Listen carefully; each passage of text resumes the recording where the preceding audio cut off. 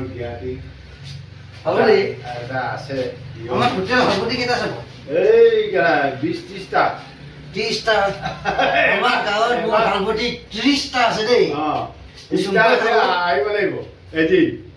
আৰু মিলাব 30টা আহি কিনে মই টকলা কৰি দিবি গাঁৱত হালধি সবচে হাইষ্ট হালধিটো আমাৰ আছে অঁ হয় নহয় হয়তো 30টা হালধি যদি গাঁৱত আছে হালধি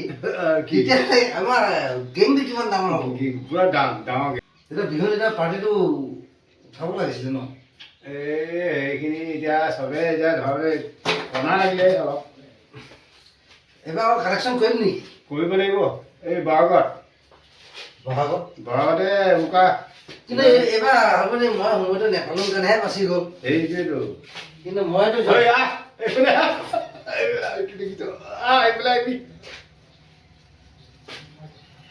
এই তাৰ হালপতিয়ে নাই হালপতি থাকিলে না সি আহিব আমাৰ হালপতি আছে মনচেনে আছে